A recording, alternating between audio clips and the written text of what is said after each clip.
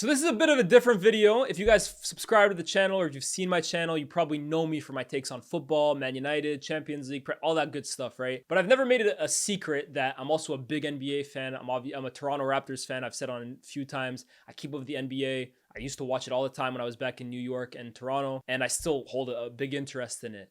And when I saw the news this morning, I was genuinely so stunned. Like, I don't think there's been many moves in any sport ever that have actually left me as speechless as I felt this morning when I woke up to Shams Charania tweeting that Luka Doncic got traded from the Dallas Mavericks to the Los Angeles Lakers. Like, honestly, even now, I'm really struggling to even come up with thoughts about this. Like, it's just so stunning. It's one of those things that you never expect to happen. Like, you would never expect to wake up and see this news. People are asking me, like, well, what's the equivalent to football? I'm like, I don't even know. I've seen a few good ones that we can go through, but it's just absolutely stunning. And it actually had me thinking for a second. I was like, wow, these are days where I wish I actually did basketball content. Because a day like this, bro, I'd be potting. Like, I'd be making so many videos on Doncic and what the hell are Dallas doing. And the Lakers have just been given a lifeline in terms of their life post LeBron. And I tweeted that. I'm like, wow, I wish I was an NBA content creator now. What a day for content. And people were saying, well, why not? Why not make a video on it? I'd love to hear your thoughts. Make one. And I thought to myself, okay, yeah, this is a football channel, but it's a channel called More Lyes. And it's More Lyes because you get more of me. Not more of me just for football, but more of me in general. So why not? I don't know how this video is going to do. If you enjoy it, give me a thumbs up. Maybe you want to see more of it. I don't know. But this is a video where I just felt I had to get my shit off, man. Like, I have to talk about this because I'm going insane not talking about it. It's just a move I never expected to see. Luka Doncic is a Los Angeles Laker. What? I mean, first of all, let's look at it from a Dallas point of view. We'll talk about Los Angeles later. This has to be the worst move by any franchise in any sport ever. Like, seriously, the worst. And people can throw me, right?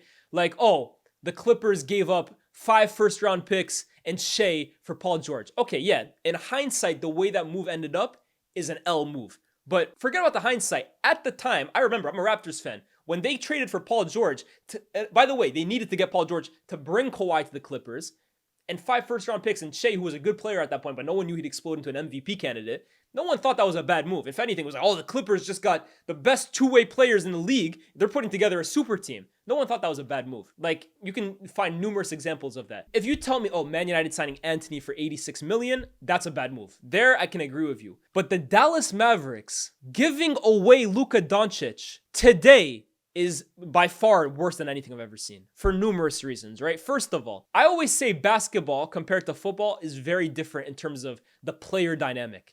Like, in football, unless you're really like Messi or Ronaldo, no player is bigger than the club. Let's be real, right? No player is bigger than the club unless you're Messi or Ronaldo. For example, Neymar was the most expensive player in the world a few years ago. A few years later, bro, they sold him to Saudi. He's just used goods. In the NBA, and that's the reason for that is because it's an 11-man sport, right? You can be an amazing player, but ultimately, you need an amazing team is more important than just an amazing player. It is. In basketball, one player can make so much of a difference in a 5-man sport that they really hold ultimate power. And therefore, if your franchise acquires one of those few players that can ultimately make the difference between you being a lottery team to overnight being a championship contender, a perennial playoff team, a team that can make noise in the league, you do whatever you can to get that player, and when you have that player, you keep him. By all means necessary. You do not let go of that player. The only reason that player leaves you is because he refuses to stay and leaves in free agency or he demands a trade. Other than that, you do everything in your power to hold that player on for dear life. As a Raptors fan, I know it because trust me, we don't get too many of those players. We had maybe in my lifetime, because how many did we have? We had Vince, Chris Bosh to an extent, and Kawhi. I'm not even going to call DeRozan and Lowry those kinds of players. I love them. I love them with everything I got, but they're not that level of player. We're talking about like MVP candidates, generational players, players that can define your franchise.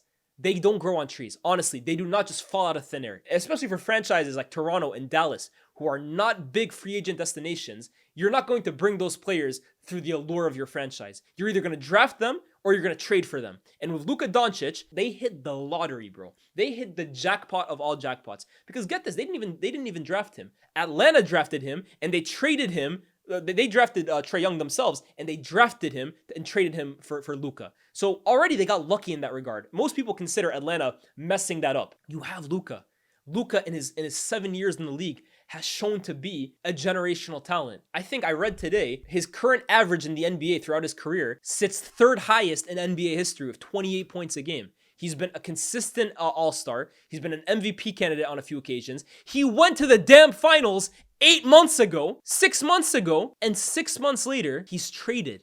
And this is where we get to the next part of the story. What he got traded for. AD, 31-year-old AD, and a first-round pick. That's basically what you traded your 25-year-old generational talent. You traded him for an injury-prone 31-year-old big and a pick. Ladies and gentlemen, I'm sorry. This is the fleecing of the century. I'm sorry. This is highway robbery. The only way you can describe this is someone robbing a bank without even a mask on, holding a gun to your head, you giving him the money, and him running away in broad daylight. That's the only thing I can describe this as. They have been absolutely robbed here. Now, there's been numerous people coming out today, the general manager of the Dallas Mavericks, coming out and saying, well, we had concerns, first of all, about his conditioning and stuff like that. And we'll get into that, right? But a big reason as well, too, was to summarize it, there was apparently a bit of uncertainty about whether Luka would opt in for his Supermax or whether he would actually test unrestricted free agency. And they didn't even want to give him the power, so they decided to act first. We have to make the uncomfortable decisions.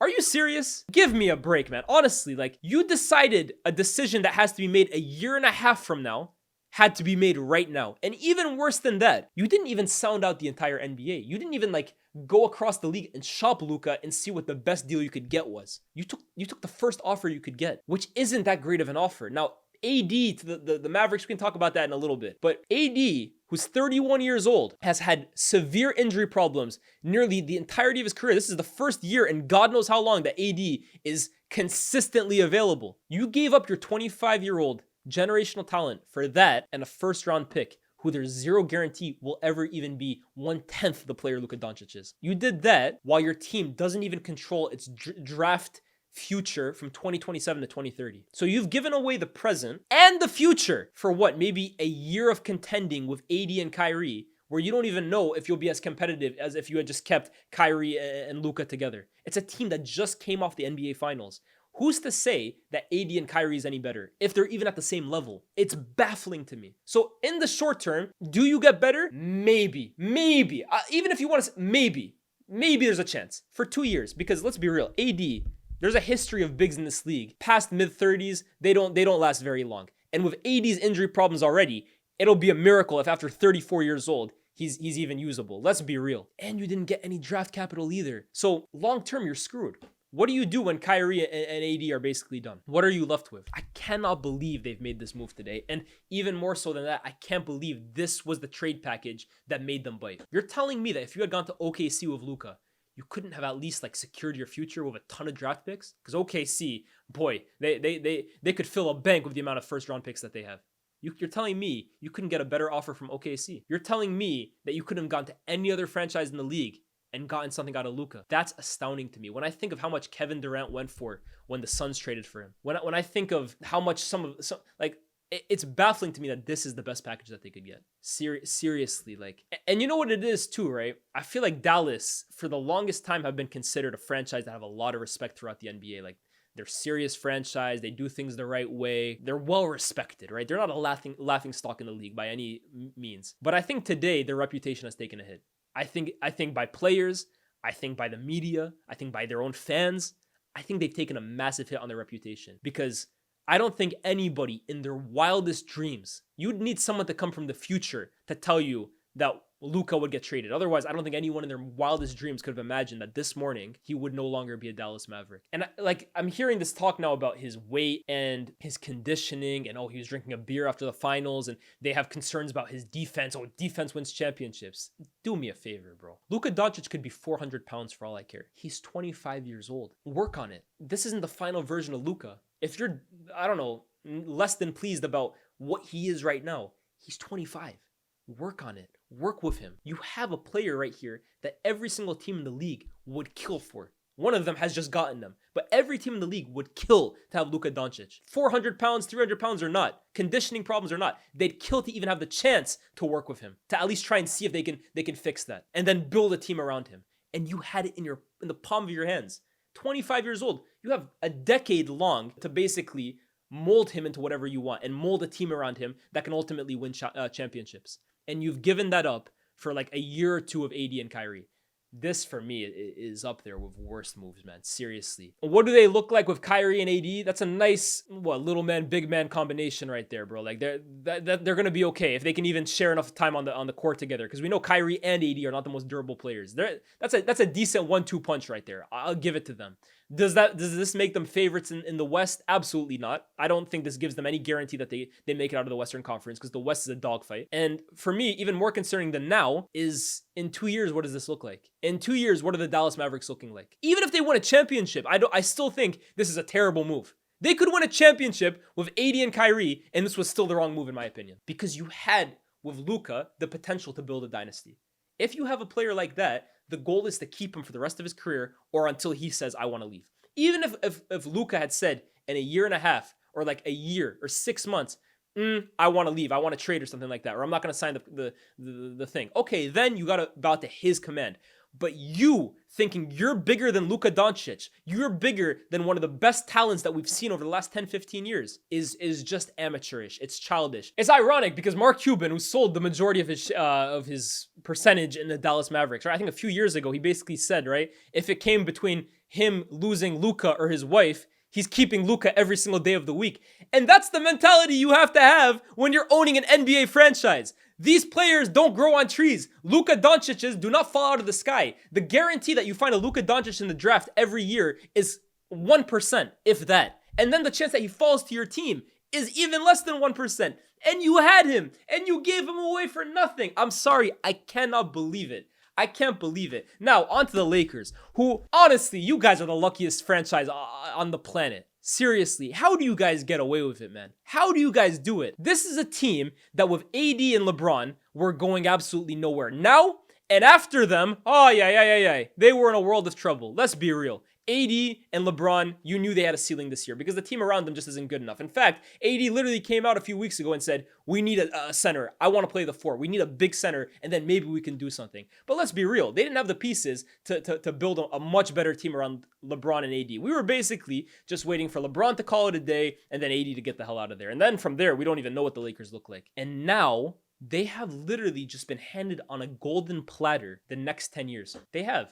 They've just been given the succession plan to LeBron James. They're going to play together. And they didn't even have to work for it.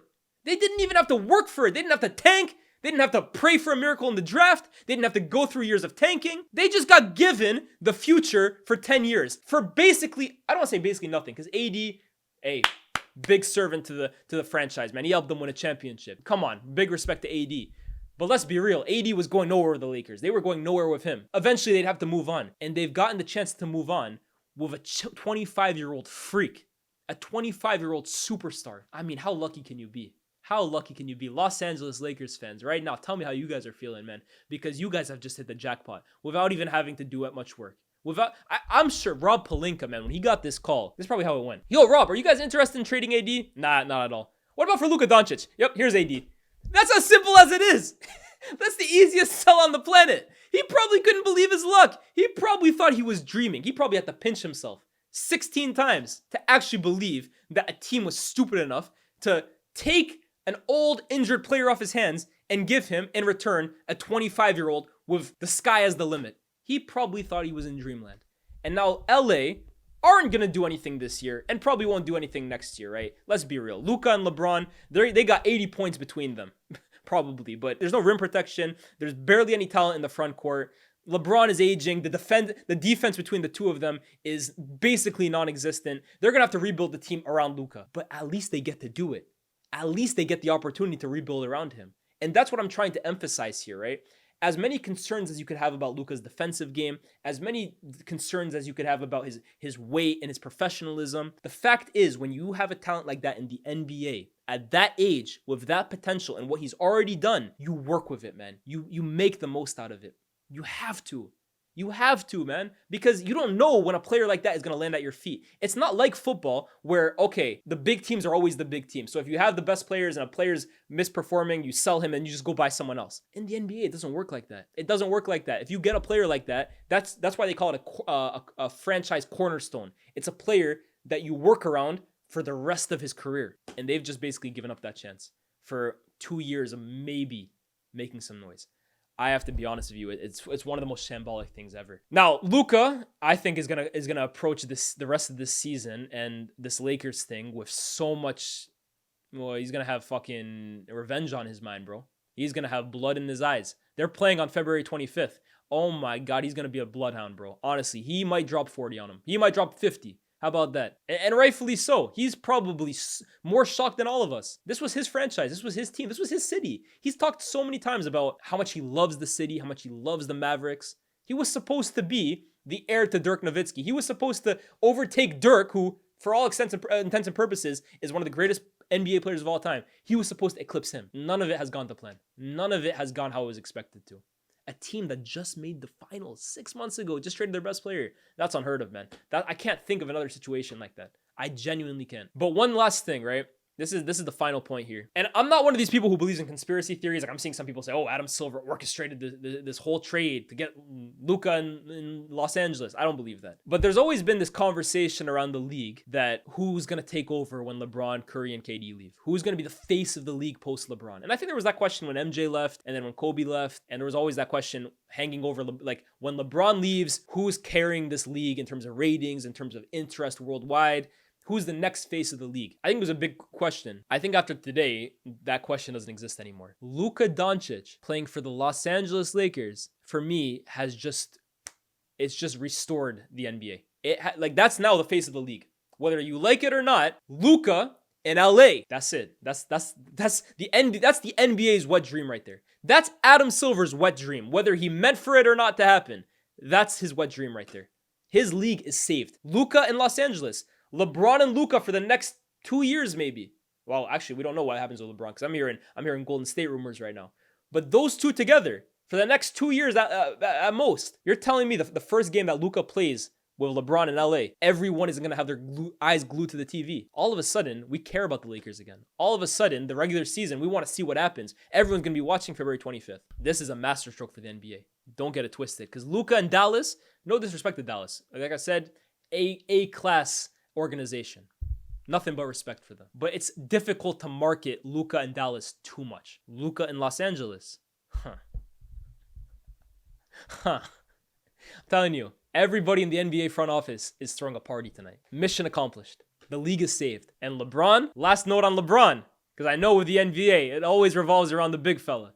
LeBron, he's going to pour one out for AD. That's his boy. That's his guy. That's his running mate. They won a championship. They went to war together. But you've heard how LeBron talks about Luka. That's his favorite player in the league. He even came out and basically said when he started his team LeBron of Nike, Luka's the first guy he wanted to sign. He said he loves the way he plays. He plays the game like I do. He gets to play for the last 2 years of his career basically with his favorite player in the league. Talk about a passing of the throne moment, a passing of the crown, an exchange of the torch. LeBron to Luka.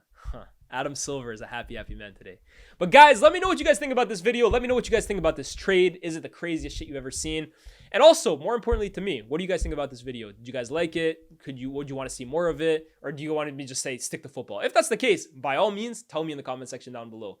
But this is just me basically saying I got interest outside of football. And when moments like this happen, I just feel like I have to talk. And I feel blessed enough that I have a platform big enough that maybe people will listen to me. So if this is something you liked, leave a like. Let me know down in the comments. If it's something you didn't like, still leave a like, please, because it also helps the channel. But let me know. I have no qualms. I won't take it personally. Seriously. With all that said, like, share, subscribe. 3 videos in one day on this channel. That's crazy.